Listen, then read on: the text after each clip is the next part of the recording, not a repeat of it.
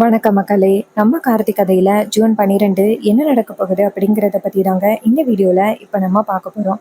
வீடியோவுக்கு மறக்காமல் லைக் பண்ணிக்கோங்க. நீங்கள் லைக் பண்ணுறது தான் எங்களுக்கு அடுத்தடுத்து வீடியோ போடுறதுக்கு ரொம்பவே இன்ட்ரெஸ்டிங்காக இருக்கும். ஸோ மறக்காமல் லைக் பண்ணிவிட்டு இந்த வீடியோவை தொடர்ந்து பாருங்கள். என்ன நடக்குது அப்படின்னு பார்த்துக்கிட்டிங்கன்னா, அந்த சிவனாண்டி 3 போலி சாமியாரை ஈஸ்வரியோட வீட்டுக்கு அனுப்பி ரேவதிக்கு கல்யாணம் பண்ணுறதுக்காக பிளான் பண்ணுறாங்க.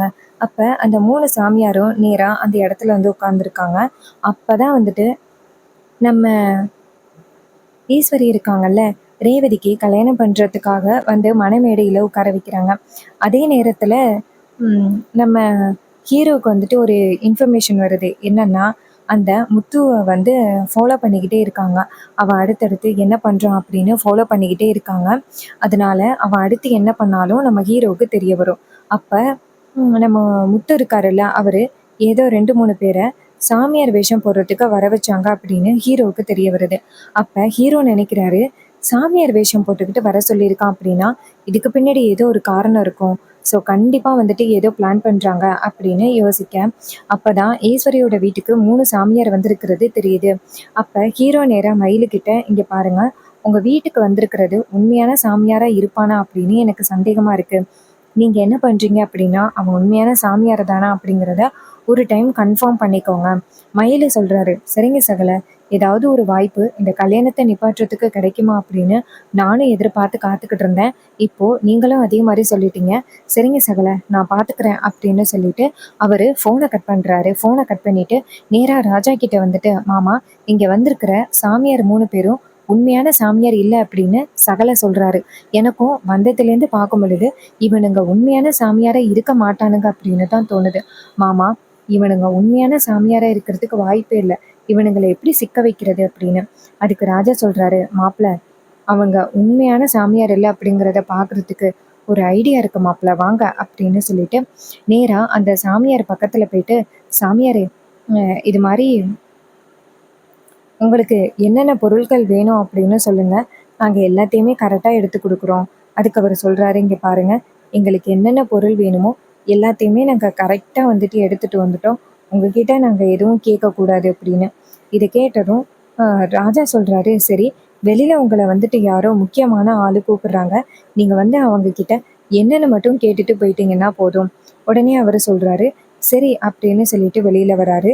வெளியில் வந்ததும் நம்ம மயில் என்ன பண்ணுறாருன்னா, அந்த சாமியாருக்கு தண்ணி கொடுக்குறாரு. சாமியாரே, தண்ணி குடிங்க அப்படின்னு. அப்போ அவரும் சரி அப்படின்னு சொல்லிட்டு தண்ணி குடிக்கும் பொழுது அவரோட மீசை ஒரு மீசை கயண்டு வருது. இதை பார்த்ததும் மயில் ஷாக் ஆகுறாரு. அப்போது இவன் போலி சாமியார் தானா? எவ்வளோ தைரியம் இருந்தால் எங்களை எல்லாத்தையும் ஏமாத்துறதுக்கு வந்திருப்பான்.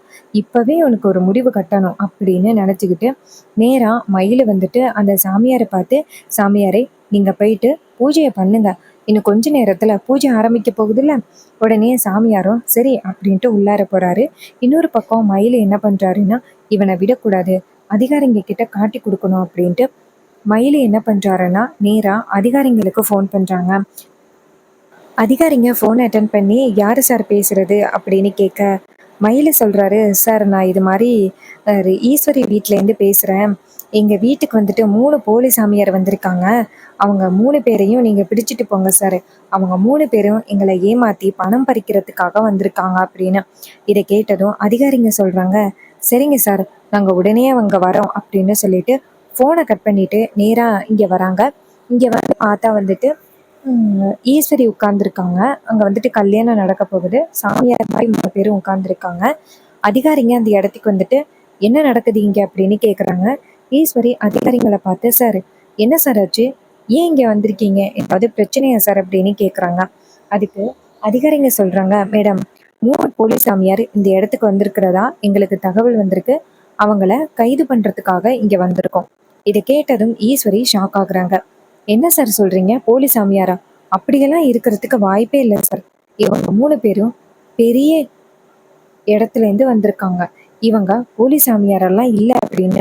அப்போ அதிகாரிங்க சொல்கிறாங்க, இல்லை மேடம், நாங்கள் ஒரு டைம் செக் பண்ணுறது நல்லது அப்படின்னு நேராக சாமியார்கிட்ட வராங்க. அப்போ அவங்க 3 பேரும் திருன்னு முழிக்கிறாங்க. சந்திரா இதை பார்த்துட்டு ஷாக் ஆகுறாங்க. ஆகா, இவனுங்க ஏதாவது உளறனானுங்க அப்படின்னா வசமாக மாட்டிப்பானுங்களே, இப்போ என்ன பண்ணுறது அப்படின்னு சந்திரா நினைக்கிறாங்க. அப்ப சந்திரா அதிகாரிகளை பார்த்து, இங்க பாருங்க சார், இவங்கள நான் தான் வந்து பக்கத்து கோவில்லேருந்து கூட்டிட்டு வந்தேன். இவங்க 3 பேரும் பெரிய சாமியார் அப்படின்னு. அதுக்கு அதிகாரிங்க சொல்றாங்க, இங்க பாருங்க மேடம், அவங்க அப்படிதான். வெளியில சாமியார் மாரி வேஷம் போட்டுப்பாங்க. ஆனா உங்க எல்லார்கிட்டயும் பணம் பறிக்கிறதுக்காக இப்படி ஒரு கும்பல் கிளம்பியிருக்கு. ஸோ நீங்க எல்லாரையும் நம்பாதீங்க அப்படின்னு சொல்லிட்டு நேரா சாமியார பார்த்து, இங்க பாருங்க, நீங்க எந்த ஊர்லேருந்து வந்திருக்கீங்க அப்படின்னு சொல்லுங்க அப்படின்னு. 3 பேருமே ஆளுக்கு ஒரு பதில சொல்றாங்க. இத கேட்டதும் அதிகாரி சொல்றாங்க, என்ன 3 பேரும் ஆளுக்கு ஒரு பதில சொல்றீங்க? யாராவது ஒரு பதில சொல்லுங்க அப்படின்னு. இத கேட்டதும் அவங்க 3 பேருமே பயத்துல நிக்க, அப்ப ஈஸ்வரி கேட்குறாங்க, சாமியாரே, என்ன அவங்க கேள்வி கேட்குறாங்க? நீங்க எதுவுமே பதில் சொல்லாம அமைதியா இருக்கீங்க. அவங்க கேட்கறதுக்கு பதில் சொல்லுங்க அப்படின்ட்டு. உடனே அவரு சொல்றாரு, இல்ல மேடம், நான் வந்து இது மாரி பக்கத்து ஊர்லேருந்து வந்திருக்கேன். என்ன வந்து நடிக்க அனுப்புனாங்க அப்படின்னு. இத கேட்டதும் ஈஸ்வரி ஷாக் ஆகுறாங்க. என்னது? உன்னைய நடிக்க அனுப்புனாங்களா? அதிகாரிங்க சொல்றாங்க, இங்க பாருங்கடா, தாடிய கழட்டுங்க அப்படின்னு சொன்னதோட 3 பேருமே ஒட்டி இருக்கிற தாடிய வந்து கழட்டுறாங்க. அத பார்த்ததும் ஈஸ்வரிக்கு செம்ம ஷாக்கிங்கா இருக்கு. சந்திரா ரொம்ப அதிர்ச்சி ஆகுறாங்க. அட பாவியலா! இவ்ளோ ஈஸியா வந்துட்டு தான் தப்பு பண்ணோம் அப்படிங்கிறத ஒத்துக்கிட்டானுங்களே! இதுக்கு தான் லோக்கல்ல யாரையுமே பிடிக்காதீங்க அப்படின்னு சொல்றது. ஆனா அவங்க சொல்றத கேட்டா தானே அப்படின்ட்டு. அப்ப ஈஸ்வரி சொல்றாங்க, அட பாவியலா! இப்படி ஒரு காரியத்த பண்ணியிருக்கீங்க அப்படின்னு. அதுக்கு சாமியார் சொல்றாங்க, மேடம், என்ன மன்னிச்சிடுங்க மேடம். எனக்கு நெறைய பணம் தரேன்னு சொன்னாங்க. அதனால தான் மேடம் வந்தோம். என்ன மன்னிச்சிடுங்க மேடம். ஈஸ்வரி சொல்றாங்க, உங்கள யாரு இப்படி நடிக்க வச்சதுன்னு சொல்லுங்க அப்படின்னு. அந்த சாமியார் 3 பேரும் சந்திராவ பார்க்க, சந்திரா வந்துட்டு சொல்லாதீங்க அப்படின்னு சொல்ல, சாமியார் சொல்றாங்க, சாரி மேடம்.